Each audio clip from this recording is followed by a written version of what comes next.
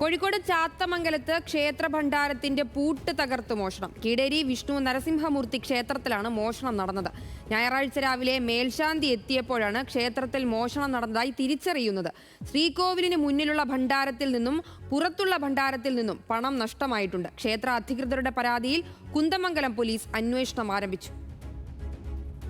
ഞായറാഴ്ച രാവിലെ മേൽശാന്തി ഗോപകുമാർ ക്ഷേത്രത്തിലെത്തിയപ്പോഴാണ് മോഷണം നടന്നിരിക്കുന്നുവെന്ന് മനസ്സിലാക്കുന്നത്. ശ്രീകോവിലിന് പുറത്തുള്ള ശാസ്താവിന്റെ മുന്നിൽ സ്ഥാപിച്ച ഭണ്ഡാരത്തിലെ പൂട്ട് തകർത്താണ് മോഷണം നടത്തിയിരിക്കുന്നത്.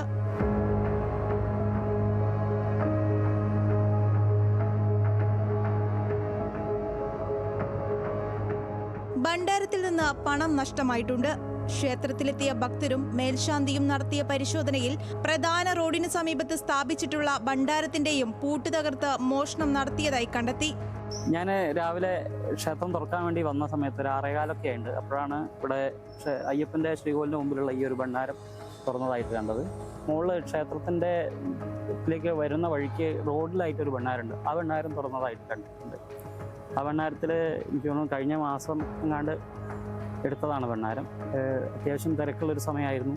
അപ്പം പിന്നെ റോഡ് സൈഡായാൽ തന്നെ നല്ല വരുമാനമുള്ള ഒരു ഭണ്ഡാരമായിരുന്നു. 2 ദിവസം മുമ്പ് ചാത്തമംഗലം ഏരിമല വിഷ്ണു ക്ഷേത്രത്തിലും ചാത്തമംഗലം സങ്കേതത്തിലുള്ള കുനിയിൽ ക്ഷേത്രത്തിലും മോഷണം നടന്നിരുന്നു. ഇതിൽ അന്വേഷണം നടന്നു വരുന്നതിനിടയിലാണ് ചൂലൂരിലും മോഷണം നടന്നത്.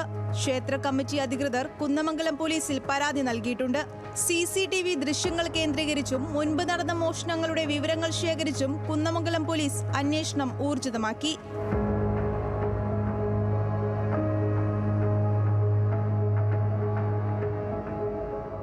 ന്യൂസ് മലയാളം, കോഴിക്കോട്.